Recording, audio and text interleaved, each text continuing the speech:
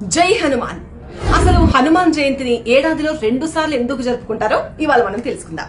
శ్రీరామనవమి తర్వాత సరిగ్గా 6 రోజులకు హనుమాన్ జయంతి జరుపుకుంటున్నాం. అంటే ఇవాళ. అసలు నిజానికి ఇవాళ ప్రత్యేకత ఏంటో తెలుసా? రామాయణం సుందరకాండలలో వివరించిన ప్రకారం సీతను రావణుడు అపహరించినప్పుడు సీతమ్మను వెతుక్కుంటూ లంకకు బయలుదేరతాడు హనుమంతుడు.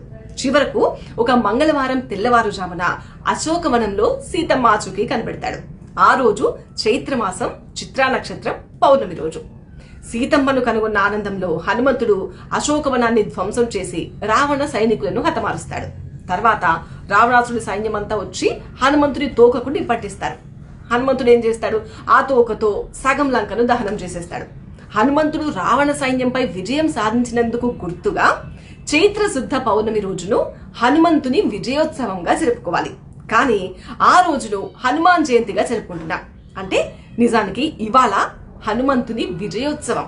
మరి అసలైన హనుమాన్ జయంతి ఎప్పుడంటే వైశాఖ మాసం బహుళ పక్షంలో వచ్చే దశమి పూర్వభాద్ర నక్షత్రం రోజున నిర్వహించాలి. అంటే మే నెల చివరిలో కానీ జూన్ మొదటి వారంలో కానీ వస్తుంది. ఆ రోజే అసలైన హనుమాన్ జయంతి. ఇవన్నీ నేను చెప్తున్న మాటలు కాదు. పరాశర సంహిత వంటి కొన్ని పురాణాలు, కొంతమంది నిపుణులు చెప్తున్న దాన్ని బట్టి మాత్రమే నేను చెప్తున్నాను. జై హనుమాన్.